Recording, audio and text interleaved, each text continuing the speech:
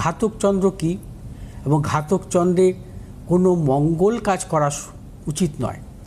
শাস্ত্রে বলে 12টি রাশির ঘাতক চন্দ্র যোগ কখন আসে, কী ধরনের মঙ্গল কাজ, বিবাহ, উপনয়ন, গৃহপ্রবেশ, অন্নপ্রাশন, নানা রকম মঙ্গল কাজ এই সমস্ত রাশি জাতক জাতিকাদের ক্ষেত্রে একদমই উচিত নয়। ব্যাঘাত ঘটে এবং পরিশেষে মৃত্যু পর্যন্ত ঘটতে পারে, শাস্ত্রে আছে। এবং ঘাতক চন্দ্র কখন হয়? মেষ রাশির জাতক জাতিকাদের যখন রাশিতেই চন্দ্রের অবস্থান থাকে তখন ঘাতক চন্দ্র হয় মেষ রাশির। বৃষ রাশির জাতক জাতিকাদের ক্ষেত্রে চন্দ্র যখন পঞ্চম ভাবে অর্থাৎ কন্যা রাশিতে অবস্থান করে সেটা বৃষ রাশির ঘাতক চন্দ্র।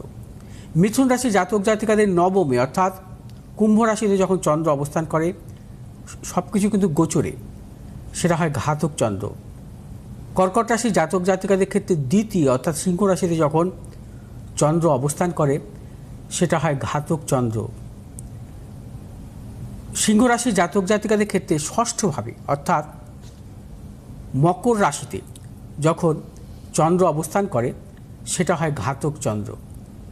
কন্যা রাশির জাতক জাতিকাদের ক্ষেত্রে দশমভাবে অর্থাৎ মিথুন রাশিতে যখন চন্দ্র অবস্থান করে তখন হয় ঘাতক চন্দ্র কন্যা রাশির।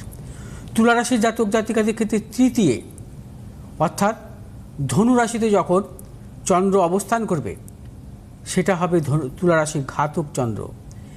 বৃশ্চিক রাশির জাতক জাতিকাদের যখন রাশির সপ্তমভাবে চন্দ্র অবস্থান করবে অর্থাৎ বৃষ রাশিতে অবস্থান করবে তখন বৃশ্চিক রাশির হবে ঘাতক চন্দ্র। ধনু রাশির জাতক জাতিকাদের চতুর্থভাবে অর্থাৎ মীন রাশিতে যখন চন্দ্র অবস্থান করবে তখন ধনু রাশির হবে ঘাতক চন্দ্র।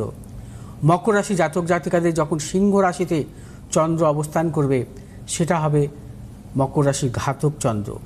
কুম্ভ রাশির জাতক জাতিকাদের ক্ষেত্রে রাশির একাদশভাবে অর্থাৎ ধনু রাশিতে যখন চন্দ্র অবস্থান করবে কুম্ভ রাশির ঘাতক চন্দ্র।